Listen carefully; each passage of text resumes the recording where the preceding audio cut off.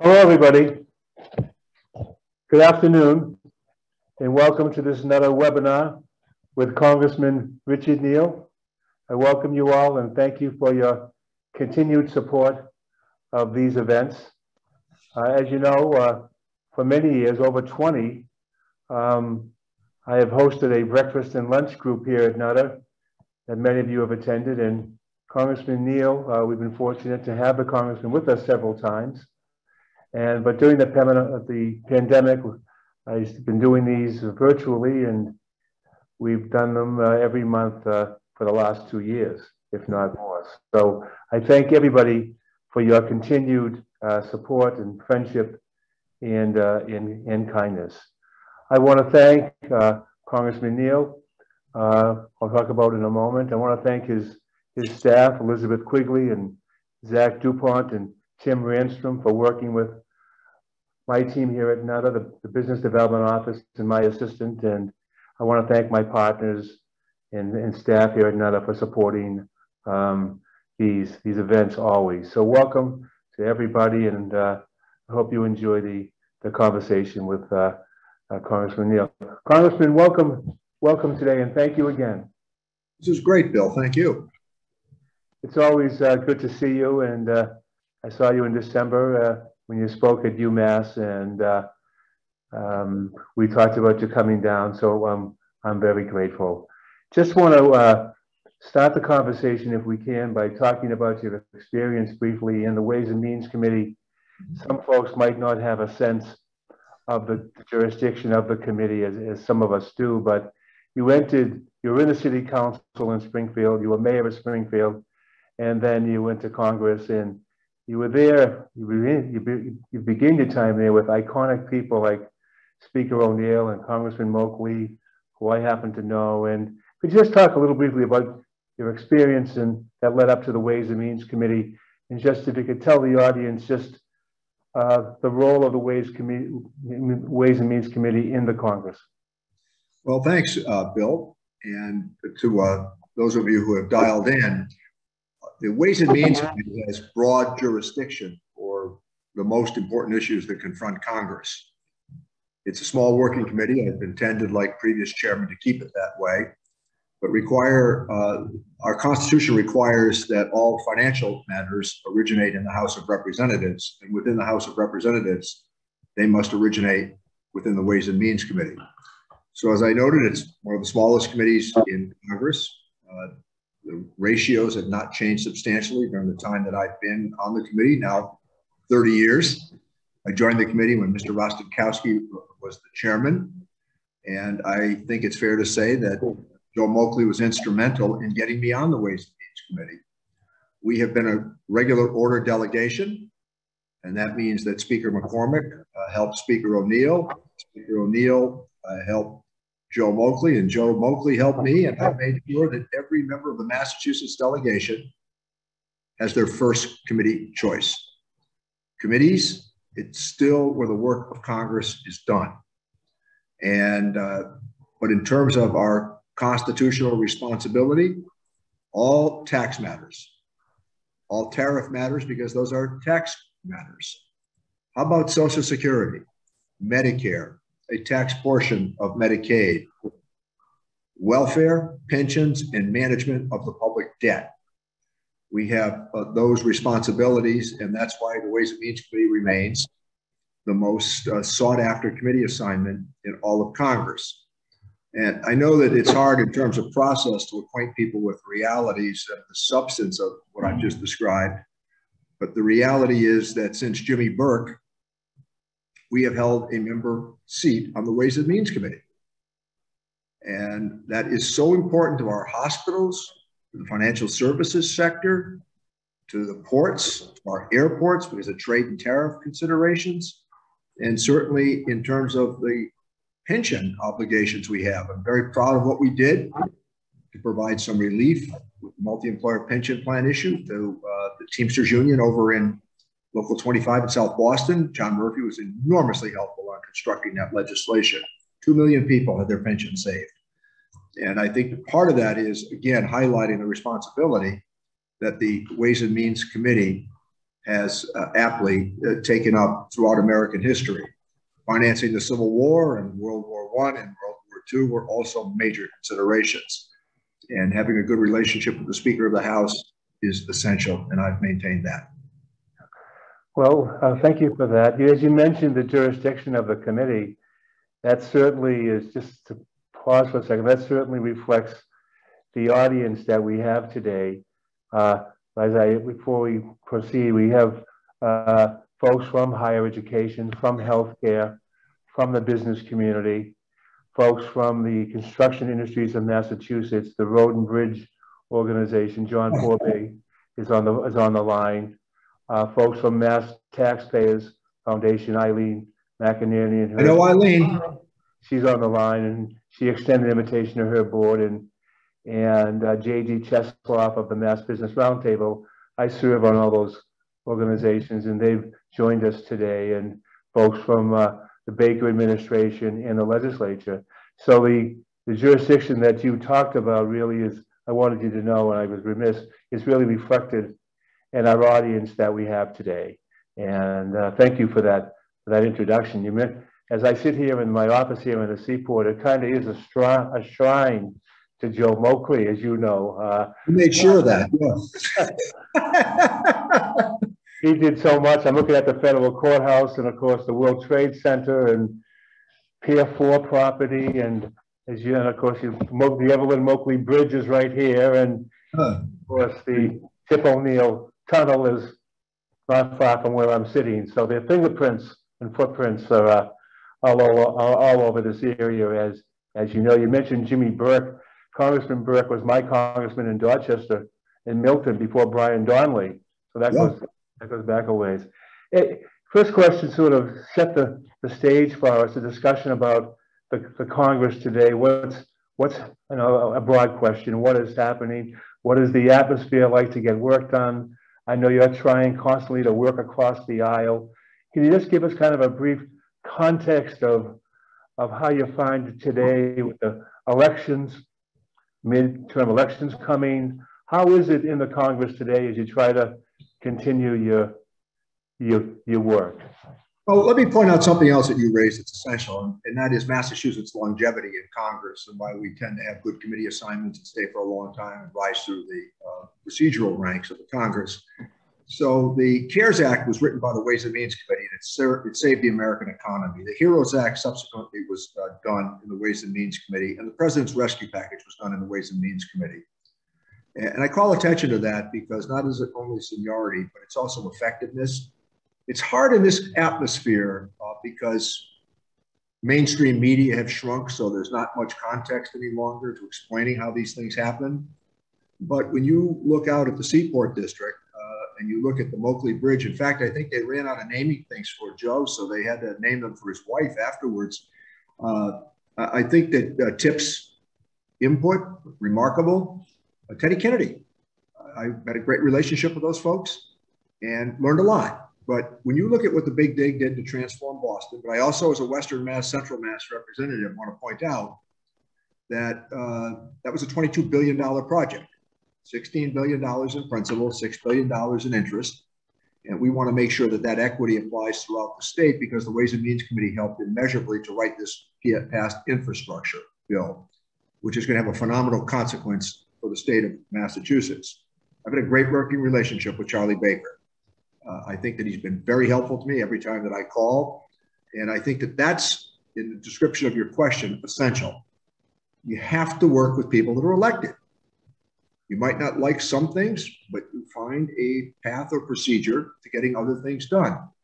Against all odds, the Ways and Means Committee wrote the USMCA, the largest trade agreement in the history of the world, formerly NAFTA. And we did that in the end by getting for an international trade agreement. And just think of those stories about the Port of Boston and the dredging of the port and how that's been impacted by trade. The Panama Canal expansion, that was a trade agreement up the East Coast. That Port of Boston today is one of the most efficient and effective in all of America. The USMCA trade agreement is going to ensure that it continues to grow. That agreement, endorsed by the Teamsters Union, endorsed by the AFL-CIO, and the American Chamber of Commerce. 195 Democrats voted for an international trade agreement, and 194 Republicans voted for an international trade agreement. You can do big things with the other party. I would love to suggest to you that we were going back to an age before social media, confrontation, conflict, and anonymity, but that is unlikely. But I've refrained carefully over the course of this career from doing cable shows, from arguing with people in public, instead patiently trying to find common agreement. I pride myself in trying to figure out what people who might not be enthusiastic about my proposals are, but trying to find out what might make them a little bit more enthusiastic about it. The spending bills that are coming up, I'm all in on Build Back Better. We're going to get that done with the president's help. I think that the omnibus spending bill that is likely to be completed here in mid-March, that's another big initiative for Congress to undertake, but Massachusetts will be a direct beneficiary of that outcome. Well, I've heard you describe before those on the far right and you have folks on the far left, Democrats. How do you work from the middle when you have such divergent views of your own party and even more extreme in the Republican Party? I've heard you talk before about Republicans you could work with, and you mentioned some when I was with you in December, but how that's changed. How do you work from that center with such extremes? Well, I think there should be merit to the argument that you're offering, first of all. And I think the consideration that you just described is largely based upon the interests of those 50 states. I mean, one of the challenges we have in Congress today is that there are no longer many Northern Republicans, and there are no longer any Southern Democrats. So that has changed the fulcrum of the discussions and the debate considerably. I also think that one of the challenges is the populism that we've seen on the left and the right. That's less engaged in getting a deal. They probably believe that they're better off hectoring the system from the outside than they are for making it work on the inside. You've all heard these arguments forever now about the outsiders. Well, let me say this. The insiders are the ones that make for effective governance. It's that patience, going to another meeting, sitting through another markup, late into the night, trying to take the pulse of your own caucus, and then trying to figure out what you might be able to sell to the other side. I'm not naive about this. I think that more and more the outside groups have an interest in stopping things from happening than they do from making things happen. And I think the enormous amount of dark money that is part of our system today is not helpful, largely because it's contributed and protected by anonymity. So my argument has simply been put the proposal and legislative initiative on the table and push back against the antis. I've been through a period of time here in Congress when I think more and more of the members who got elected to Congress ran against Congress. I will give a statistic to the kind audience that's here today. Your chances of getting elected to Congress are less than your chances for males of playing Major League Baseball or for females playing on the Professional Women's Golf Tour. There have been 12,000 men and women who have been elected to Congress. I mean, you've got a lot of doctors, and a lot of attorneys, you've got a lot of CEOs, but there haven't been a lot of speakers of the House, chairman of the Ways and Means Committee, or presidents. So I think that the initiatives that we offer, always under the glare of public scrutiny, are critical. And I think that the antis that started getting elected, they started to process this argument that if they were outsiders against everything you were trying to do, that somehow there was more merit to their argument. I don't see that in terms of amendment and legislative flow. I'd like to talk about the impact 2 years ago, and 2 years ago, we were hit with COVID-19, and our economy, our way of life just came to a virtual halt. Hospitals were overrun, schools were no longer in session. The life as we know it changed, and people looked to Congress, to our government for leadership, for action. And how did you, with the speaker, with the leadership, and with your colleagues, react And you've mentioned some of the legislation you've done. How did you prioritize, healthcare versus the economy versus mental health to fashion legislation to address the issue? If you could give us a little bit of what the objective was, the thought process, the priorities that turned into the legislation that we'll talk about specifically, but that turned into this is what we have to do. That's a great question. So 2 years ago at this time, 22 million Americans had lost their jobs. When you look at labor participation rates today, we're not all the way back, but guess what? There's still 11 million job openings in America with about 7 million people looking for work. It's been a good time for labor in terms of dictating outcomes. At the same time, we know that we're going to have to do more to align people with the opportunities that currently exist. So let me give you something that I think you'd all like. That CARES Act was written in 8 days. Speaker Pelosi, myself, and Secretary Mnuchin wrote that legislation. We were in her office night after night, professional staff.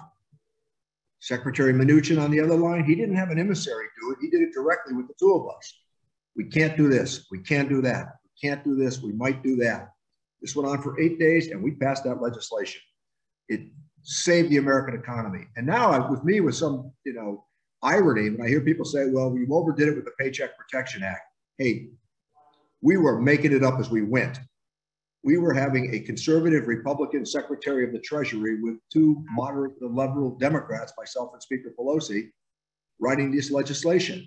We found common ground on what had to be done. We thought the Paycheck Protection Program, the loan programs, the SBA.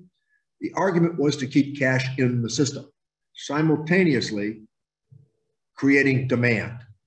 So we made sure through community banks, we made sure through credit unions, credit corporations that operate in some cities and towns across the country, that they would have cash flow. It worked. So the unemployment rate today is just under about 4.5%. The jobs report last Friday, 466,000 jobs, which I get a kick out of, because recall in December that the argument was that we'd only created 170,000 jobs. So you need about 200,000 jobs a month just for replacement as to those who leave the workspace. That revised jobs report for December, 590,000 jobs. That means 1 million jobs have been created in the last 2 months. What is essential here is to remember where we were, as you've aptly described it, Bill, and where we are now. And I think that the patience that the speaker and I had, and with Secretary Mnuchin, we went back and forth day after day and hour after hour, but we did agree that the law of supply and demand had to be acknowledged, and we kept cash flow in the system.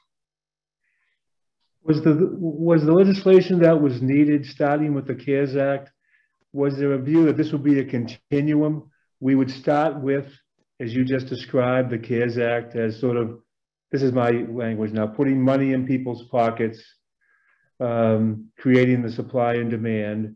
And did you envision at that time that we would have to have a continuing story, a continuing series of actions to as the situation? I mean, admittedly, I never thought 2 years ago that this would be continuing all this time. And I'm not saying it was a stopgap. I don't mean that, but whoever really imagined it would be as long as it has been. So what was the vision as we can't do that now, but we can address that later? How was that part of the conversation, if it was?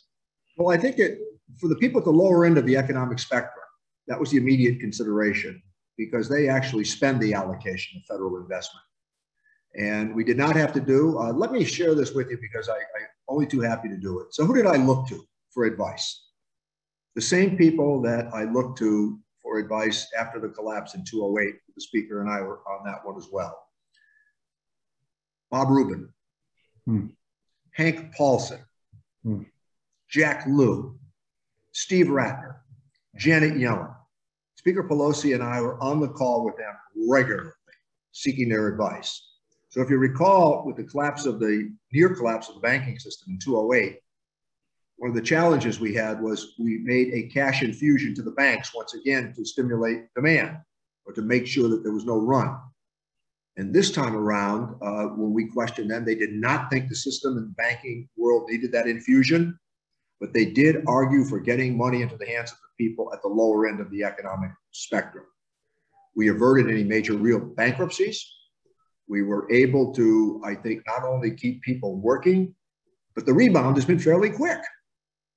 And I think I don't believe that we should always look to the stock market as an indicator of where things are. Well, this has been a pretty good run for the stock market too during this period of time when everybody thought 2 years ago it would be in a state of near collapse. So I think that much of what we did, including the president's rescue package, which I wrote most of here in the Ways and Means Committee, including expanding the child credit, paid family leave. These were all issues that we thought had to be addressed. And we're going to get Build Back Better done. And I think that we will bring them aboard. But even with Build Back Better, when I hear the criticisms of it, when people say, well, it's $1.2 trillion, $3 trillion, we might end up at $1.5 trillion. That's 1 year of congressional appropriation. We're talking about 1.3, 1.4, 1.5 over 10 years. So I do think the child credit is important. I think that the paid family leave, those are important considerations. I think some support for trade adjustment assistance. I think all of these issues coupled with the infrastructure bill, which is about $1.2 trillion, is going to be well met. Infrastructure, highways, roadways, bridges, airports, rail from Boston to Worcester to Springfield to Pittsfield, expanded broadband. All of those issues will make for a more efficient economy. I'd like to ask you about the Build Back Better. I have a question. Someone asked me if I would ask you, and the status of it. Is it, you've addressed it, is it alive, is it dead? But the question was, there's some talk about it being handled in part, breaking it up and handling the bill in part.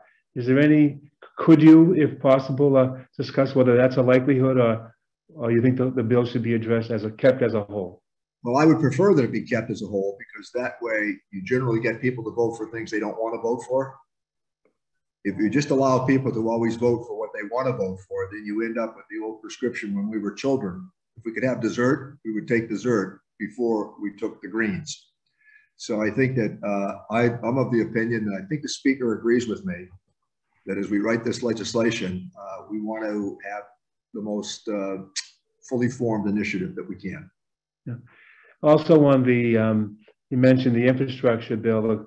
We had a question there regarding the continuing resolution of the budget. The 18th of February, I think, is the date that the resolution ends. And there'd have to be another, is it likelihood that a budget will be passed, or will there be another continuing resolution? I know the infrastructure, the folks are concerned about the appropriations that are needed in order for that work to be done. You mentioned, the bridges, SIM, of course, the MBTA's on the line, MassDOT, and the broadband, Verizon's on the line today. So they all have an interest in that, in this question that I'm asking you. Well, we're likely to do a CR extension today, targeted for the middle of March. It doesn't speak well of the budget process, but when you have a 8-seat majority in the House and the Senate's 50-50, I think that that's the path that we're going to have to travel. Let me also use my own geographic bearing to point out that before we talk about free MBTA, we're going to do East-West Rail. I made that clear to the governor. I think that I've got his ear. Well, on the the rail, the north, the north-south down to the Bedford, east-west, out in Western Mass, the rail's important. Roads and bridges, Pittsburgh last week. Yep. Tragic story, and of course our bridges here are in need, as you know, and folks are working to get those bridges repaired. So it's all good stuff. On the other legislation, is there anything else that is pending legislatively that you may want to discuss? Any other? Yeah, I thought the Ways and Means bill that we passed on Friday was a really good one as it relates to international competitiveness. The chip issue is essential. When I was listening to Gina Raimondo, who I'm going to talk to later on this afternoon, when I was talking to the secretary, she pointed out that there are now in just about any new car that you buy at least 1,000 chips. And if you're buying a big car, it could be up to 2,000 chips.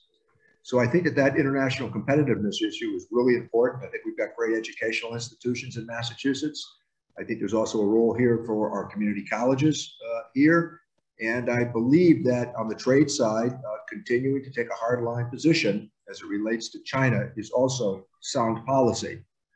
Taiwan is the major producer of computer chips in the world. South Korea is not far behind. Japan participates. These are great allies of ours.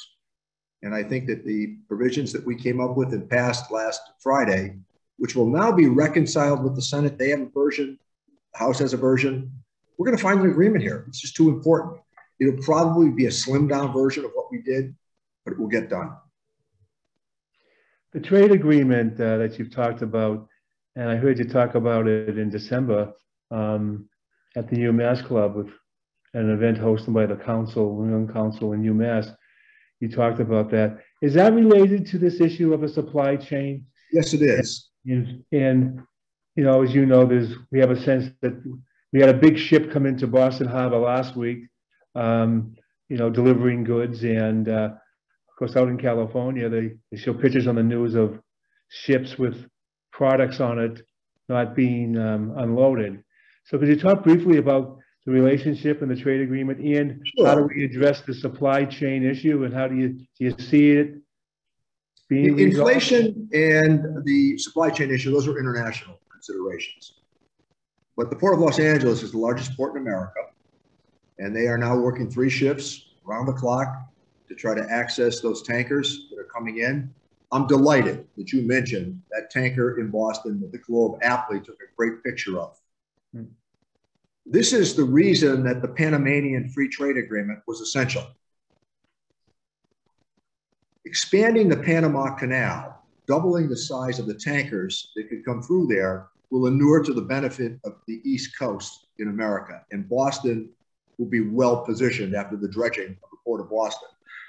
So when I saw that tanker and that picture and that story, I was chuckling to myself as a supporter of the Panamanian Free Trade Agreement that was the result.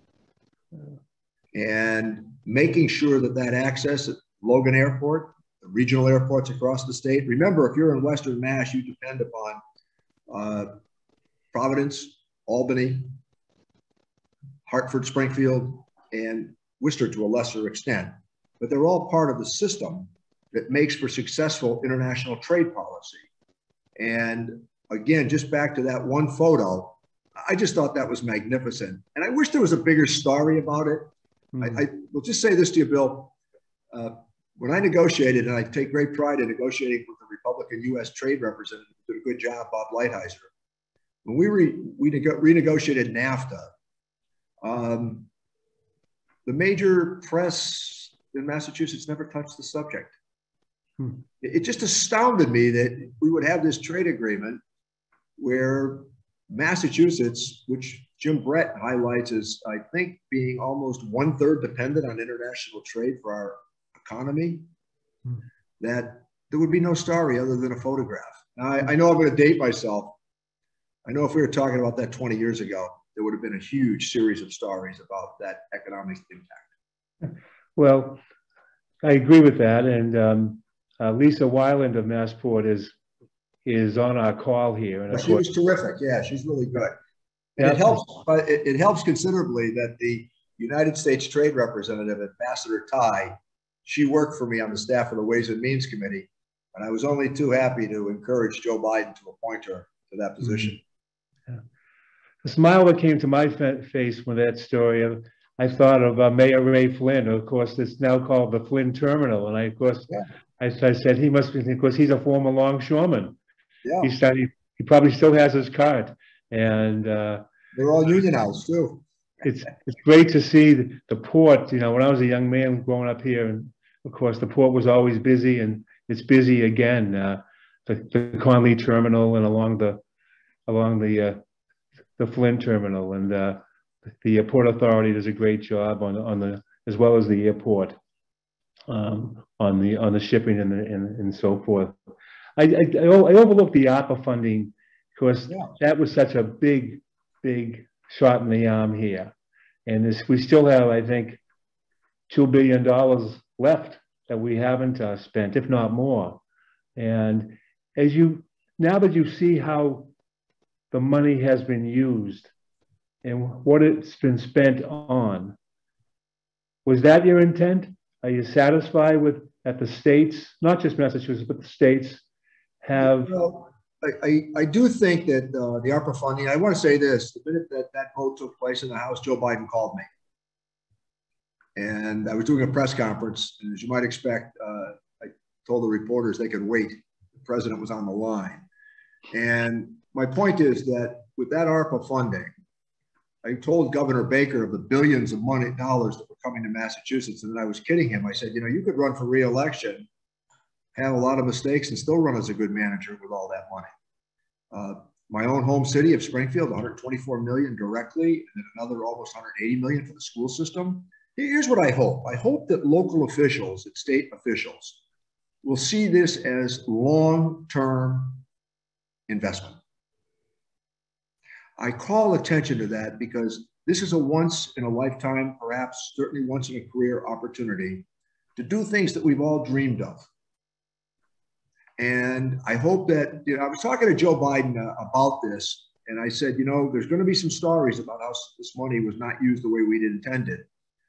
And he said, well, I want to tell you something, Rich. He said, I had a friend who said to me that they were going to use it in a particular community so that they could do, I think, a outdoor skateboard park.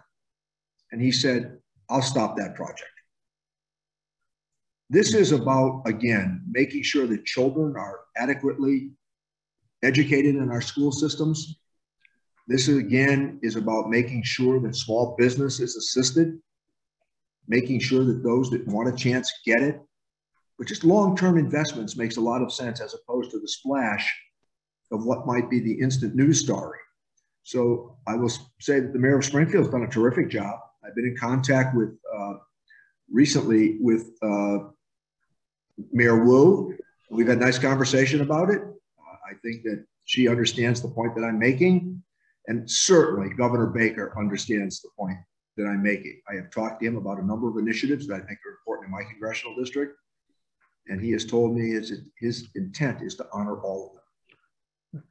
Well, that was the theme when you heard the speaker and the Senate president and the governor talk about, you know, once in a lifetime kind of spending and long term. You know, there's a lot of money being used to improve the you know, the infrastructure around the water and polluted rivers and things like that we never seem to get to, and things like that. One thing that came about during the pandemic was a lot of things like child care, women in the workforce, things like that have been addressed to, you know, salary increases for certain workers who were never, we realized how important they were. And I think that our legislature did a good job. And I think also we are fortunate that our state revenues are way ahead of a benchmark.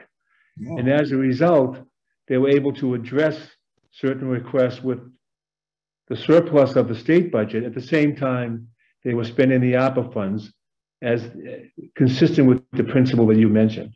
So now the discussion is, when do we go back and look at the remaining amount? Well, it's really important. And I'll take you back again to that first CARES Act, because the number of women who left the workforce because they had to choose between caring for a child and school closures had an enormous impact on our economy. And trying to get them back into the workforce now, and there's evidence that it's happening, is an essential part of the consideration.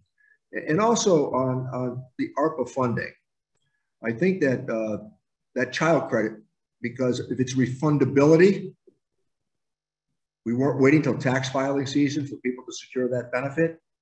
It was actually deposited electronically for those who were able to accept it that way. There were other complications, as you know, but we got the money into the hands of the people who intended to do it.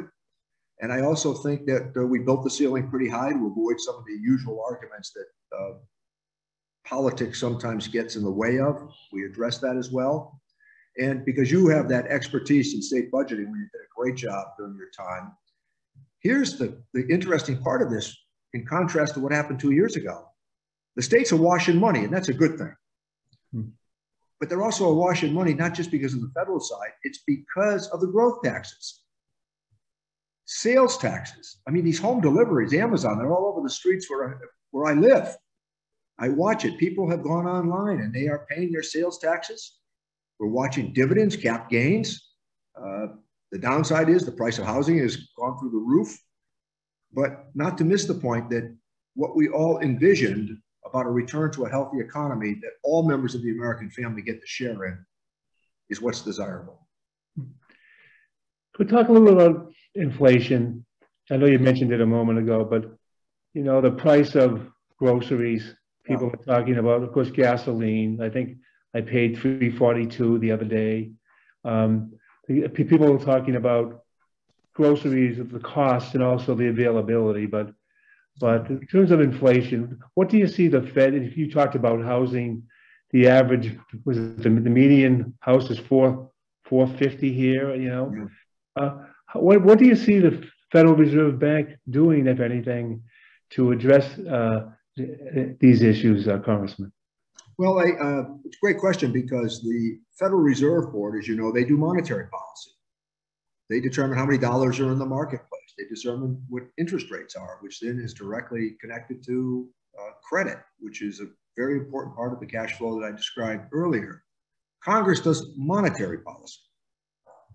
And I think that what Jay Powell has intended to do is to send the signal to all of us that he is likely to raise rates in March. But I assume these are going to be very small rate increases over a period of time.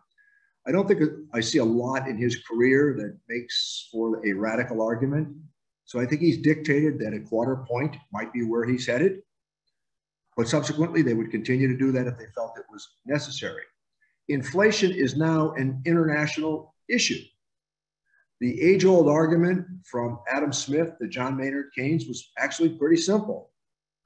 Do you come down on the side of a bit better employment figure, or do you come down on the side of a bit lower inflation? In my time in Congress, Bill Clinton seemed to be the only one that had that nailed down, but I think that was because of forces in the marketplace beyond his wisdom. And I think that in this choice that we had to make here was making sure people kept their jobs, and they did. And I think that we will see, I'm not sure that they should be using the word transitory any longer at the Fed, but I also would tell you that I think that there will be some relief as we move to the end of the year, better virus reporting, stronger economy, more people in the workplace, and a lowering of the inflationary rate. Because it's really a bread and butter issue that people are facing. And even though working, you know, paying more for, you know, the bread and the milk and the eggs at the grocery stores, and of course the rent. You know, here in Boston, of course, our rent and the cost of housing is quite high.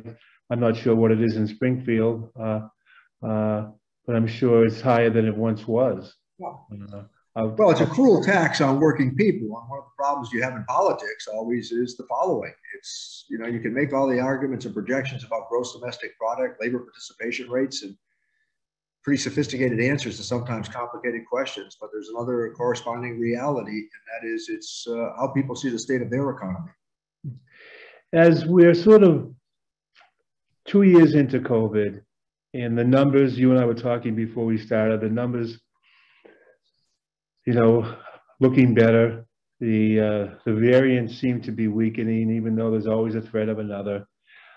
What initiatives might be next? Is there any conversation about we're going to be living with this? They call it an endemic now. We're going to be living with this, so we should do this course of action, or we should get ahead of the curve if we get another variant.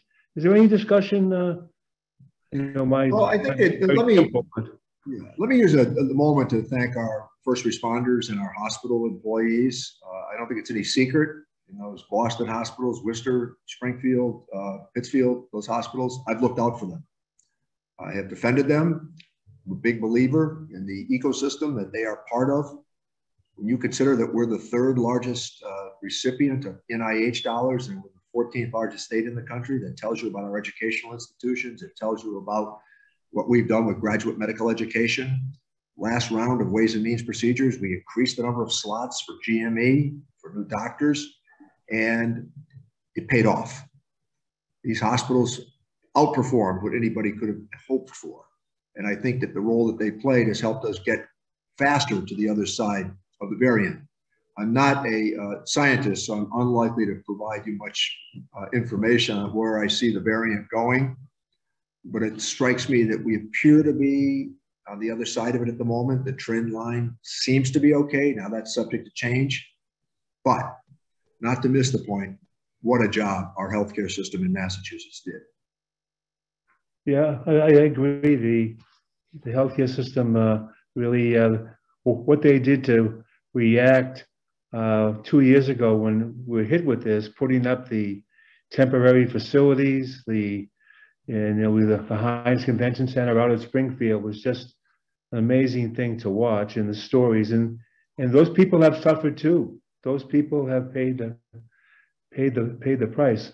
A couple of quicker issues before I know you have to vote in a few minutes. I've heard the conversation about the nomination to the Supreme Court, and my question really is not so much about whom the president may appoint. I heard his press secretary say today he's going to try to find a bipartisan approach to his nomination. I frankly don't know how that's done, but that's me. But what impact do you think a nomination process has on the operation and the business of the Congress, if any? Well, it certainly transformed the New Deal. There's no question about that. Roosevelt was in warfare with the Supreme Court, but in time, his appointments prevailed. And whether it was Justice Black or Justice Douglas or some of the others, they became advocates of the New Deal. I think it's also a reminder that Richard Nixon placed 4 people on the Supreme Court. Jack Kennedy got to offer up the name of Whizzer White. Bill Clinton got to give us Justice Ginsburg. And Donald Trump had an opportunity to have a major impact on the Supreme Court. So I think that what Joe Biden is doing is appropriate.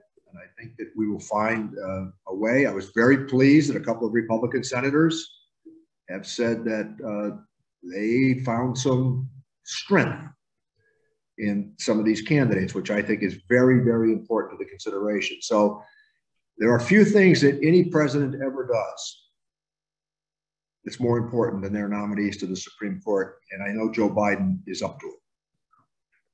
Well, here, because my memory is when he chaired the hearings with Clarence Thomas, as you remember, 30-something years ago. And that was the first time it was as public.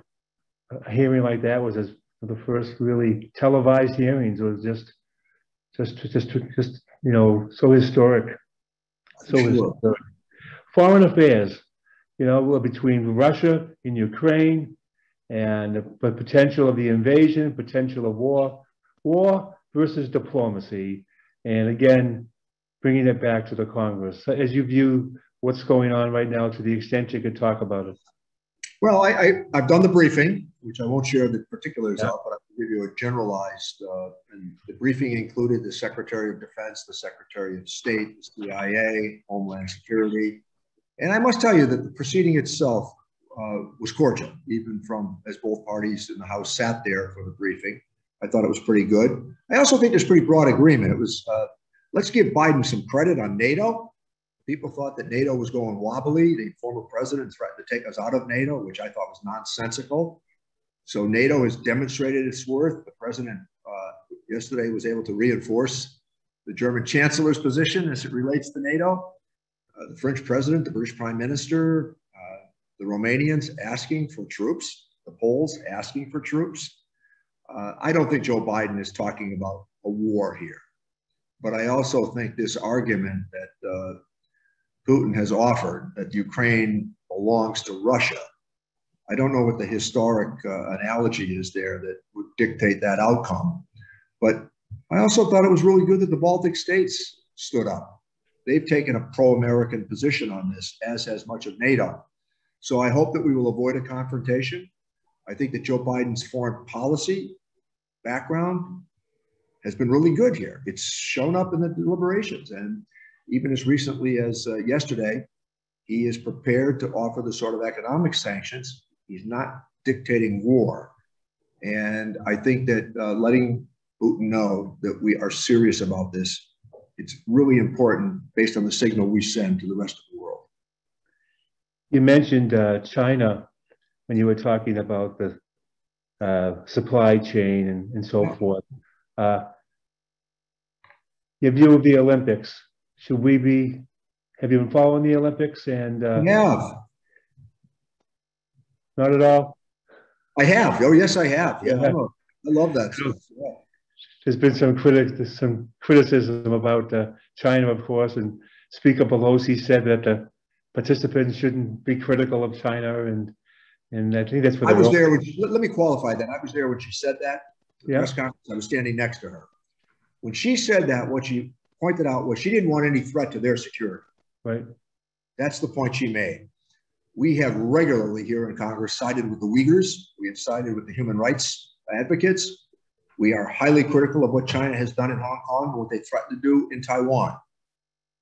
But I will tell you that we want to make sure that our positions are fulfilled and reinforced, and we stand by them. So the Olympics are sporting events, but there's a human rights consideration there as well.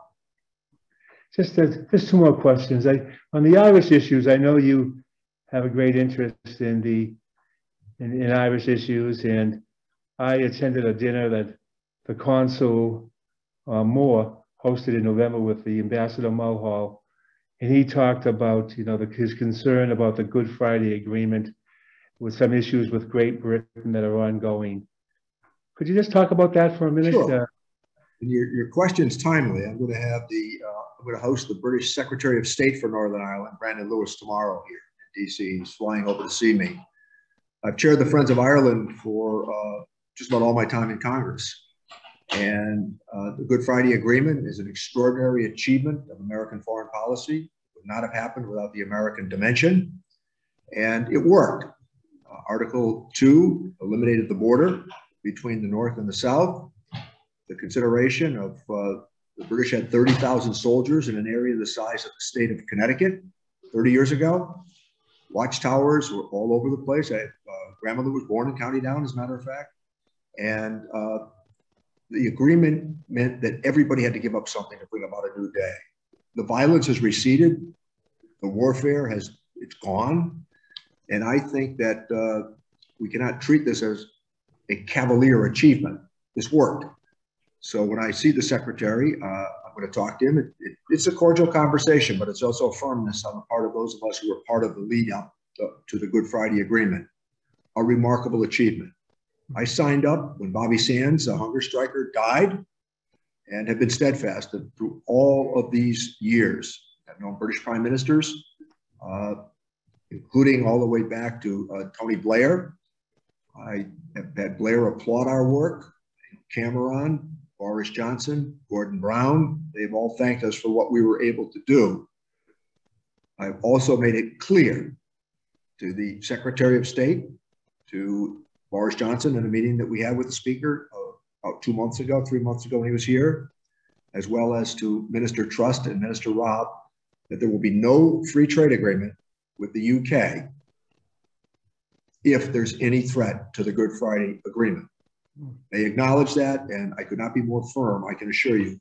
And it also helps to have the support of the Speaker of the House and the President of the United States on that as well. I know we both have read George Mitchell's book, Making Peace, and that was just an outstanding book. And I know you have read that as well, and I do recommend that to folks who are interested in this subject. Have you seen the movie Belfast yet? I have seen the movie Belfast. It's terrific, and I hope it wins an Academy Award. I also think that it has a lot of ingredients there that, while I think we need to refrain from entertainment all the time in public life, but there are a lot of realities there. Let me applaud George Mitchell. One of the most important moments I've ever had. I knew him very well when he was here. I've seen him, talk to him a lot afterwards. But I took a ride with him up to Stormont as we were coming down the home stretch of Good Friday, and we sat in the back of the bus together. And we talked about the success that we were about to witness. And it was, for so many of us, one of those it'll never happen moments that played out successfully. Yeah, I met him once when he was on that baseball commission, that Major League Baseball commission he was on with George Will, and when I was working on the Fenway Park legislation. And I asked him what was his achievement, and he said, you know, my achievement is I won't have to talk about peace anymore because we'll have it. And it's a longer quote. It's in the last page of the book. It's a beautiful quote that he uses at the last page of his book, but just a remarkable story. One last question. I know you have to go. Bill, if he could lead the United States Senate, he could accomplish peace internationally. As we say goodbye to you today, and I'm so grateful that you would do this at my request. What are you hopeful about as we are getting out of this pandemic and moving forward, Congressman? What are you hopeful about for us as a country, for us as a people? America was born of optimism. We are a loud family. There's a lot of noise in democracy, but there's also a compelling story we can tell.